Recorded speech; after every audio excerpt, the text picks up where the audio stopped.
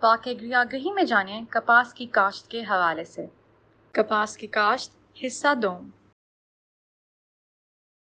پاک ایگری آگہی پاک agri market کی زرعی معلوماتی ویڈیوز کا سلسلہ ہے۔ کھادیں۔ کپاس کی فصل سے زیادہ پیداوار حاصل کرنے کے لیے کھادوں کا صحیح تناسب میں استعمال بہت ضروری ہے۔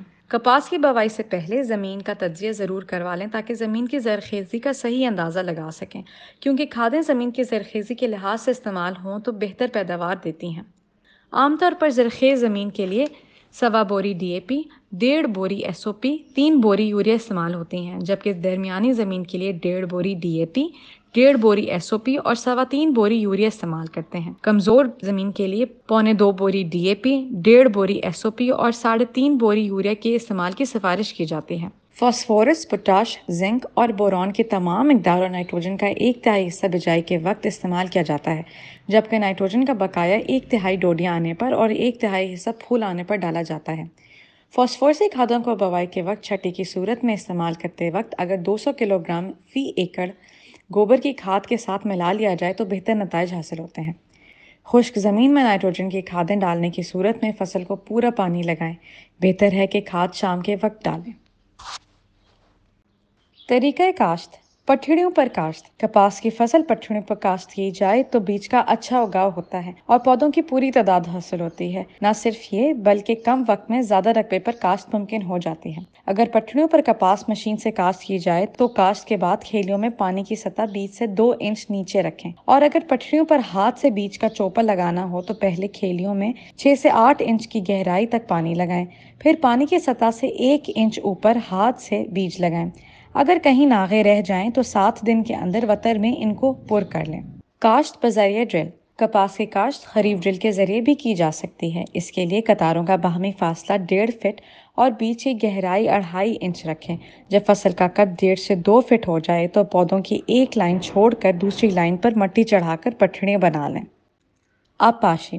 کپاس کی فصل کی آبپاشی زمین کی زرخیزی، طریقہ کاشت، قسم، موسم حالات اور فصل کی حالت کو مد نظر رکھتے ہوئے کرنی چاہیے۔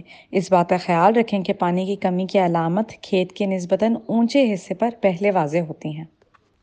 اگر کپاس کی فصل پٹھڑیوں پر کاشت کی گئی ہے تو بوائی کے بعد پہلا پانی 2 سے 4 دن، دوسرا، تیسرا، چوتھا 6 سے 9 دن کے وقفے سے اور بقایا پانی 15 دن کے وقفے سے لگائیں، اور اگر کپاس کے بعد گندم کاشت کرنا مقصود ہو تو آخری پانی 15 اکتوبر تک لگائیں۔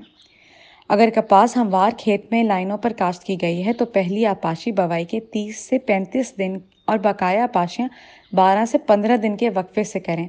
اگر کپاس کے بعد گندم کاشت کرنی ہو تو آخری آبپاشی 10 اکتوبر تک کر لیں۔ پٹھڑیوں پر اگیتی کاشت کی صورت میں دوسرا پانی 5 سے 6 دن اور درمیانی کاشت کی صورت میں 3 سے 4 دن کے وقفے سے لگائیں تاکہ بیج کا اگاؤ بہتر ہو۔ تاہم موسم کے مطابق آبپاشی کے وقفوں میں رد و بدل کی جا سکتی ہے۔ چھدرائی۔